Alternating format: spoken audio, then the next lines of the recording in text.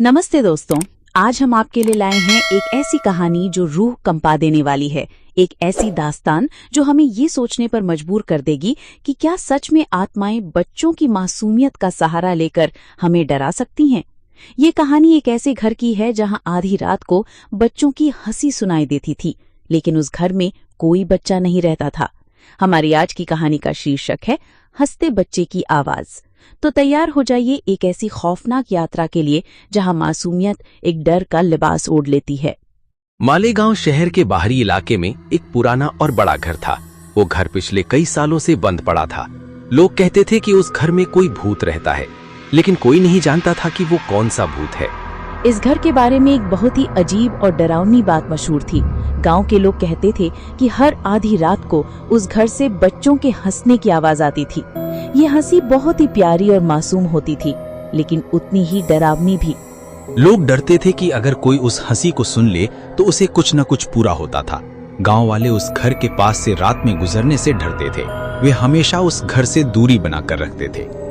गांव में एक नौजवान था जिसका नाम करण था। करण एक बहुत ही पढ़ा लिखा और निडर लड़का था। उसे इन सब बातों पर यकीन नहीं था। वो इन सब कहानियों को बस अंधविश्वास और मनगढ़ंत किस्से मानता था।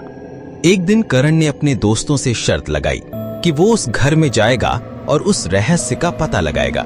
उसके दोस्तों ने उसे बहुत समझाया, लेकिन करण नहीं माना। वो इस शर्त को जीतना चाहता था। उस रात अमावस थी। पूरा गांव गहरी नींद में सोया हुआ था। करण चुपके से घर से निकला। उसके हाथ में एक टॉर्च थी और मन में साहस था। वो धीरे धीरे उस बंद घर की ओर बढ़ा। घर बहुत ही डरावना लग रहा था। चारों तरफ घोर अंधेरा था और हवा में एक अजीब सी ठंडी हवा बह रही थी। करण घर के पास पहुंचा। वहां का नजारा देखकर उसकी रूह कांप गई। उसे लगा जैसे कोई उसे देख रहा है। तभी उसे अंदर से बच्चों के हंसने की आवाज सुनाई दी। वो हंसी बहुत ही प्यारी थी, लेकिन बहुत ही डरावनी भी। करण ने हिम्मत करके दरवाजे को खोलने की कोशिश की। दरवाजा बहुत पुराना था और उसमें जंग लग चुका था। उसने धीरे से दरवाजा खोला और अंदर प्रवेश किया। अंदर का नजारा देखकर करण की रूह कांप गई। उसे लगा जैसे वो कोई सपना देख रहा है। घर में चारों तरफ बच्चों के पुराने खिलौने बिखरे पड़े थे। कुछ टूटे हुए थे और कुछ पूरी तरह से सड़ चुके थे। करण धीरे धीरे आगे बढ़ा। बच्चों के हंसने की आवाज और भी तेज होती जा रही थी। वो आवाज एक कमरे से आ रही थी। करण ने हिम्मत करके उस कमरे में प्रवेश किया। कमरे में एक बहुत पुराना और धूल से भरा हुआ झूला था। झूले में कोई नहीं था, लेकिन झूला अपने आप धीरे धीरे हिल रहा था। बच्चों के हंसने की आवाज उसी झूले से आ रही थी। करण को लगा कि वो कोई सपना देख रहा है। उसने अपनी आंखों को रगड़ा और फिर से देखा, लेकिन झूला अभी भी हिल रहा था और बच्चों के हंसने आ रही थी। तभी करण को एक और अजीब चीज दिखाई दी। झूले के पास एक पुरानी गुड़िया पड़ी थी जिसकी आंखें नहीं थी। गुड़िया की आंखों की जगह दो खाली गहरे गड्ढे थे। करण ने उस गुड़िया को उठाया और उसे ध्यान से देखा। उसे लगा कि वो गुड़िया उससे कुछ कहना चाहती है। तभी उसे एक धीमी और डरावनी आवाज सुनाई दी, यहाँ से चले जाओ, ये जगह हमारी है। करण डर गया। उसने गुड़िया को फेंक दिया और कमरे से बाहर भागा। वो पूरे घर से बाहर भागना चाहता था, लेकिन उसे लगा जैसे उसके पैर जमीन में चिपक गए हों। वो हिल नहीं पा रहा था। बच्चों के हंसने की आवाज और भी तेज होती जा रही थी।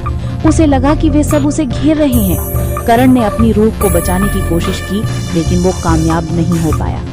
अगली सुबह जब गांव वाले उस घर के पास से गुजरे तो उन्होंने देखा कि दरवाजा खुला था। गांव वालों ने अंदर जाकर देखा तो करण वहां बेहोश पड़ा था। उसके चेहरे पर डर साफ दिखाई दे रहा था। गांव वालों ने उसे बाहर निकाला और उसे होश में लाया। करण ने उन्हें बताया कि उसने जो कुछ भी देखा और सुना था। गांव वाले डर गए और उन्होंने फैसला किया कि वो उस घर को कभी नहीं खोलेंगे। आज भी मालेगांव में लोग उस घर के पास से रात में गुजरने से डरते हैं। वे कहते हैं कि आधी रात को उस घर से बच्चों के हंसने की आवाज आती है। कोई नहीं जानता कि उन हंसते बच्चों का रहस्य क्या है। तो दोस्तों, ये थी कहानी हंसते बच्चे की आवाज। ये कहानी हमें बताती है कि कुछ रहस्य ऐसे होते हैं जिनका कोई जवाब नहीं होता।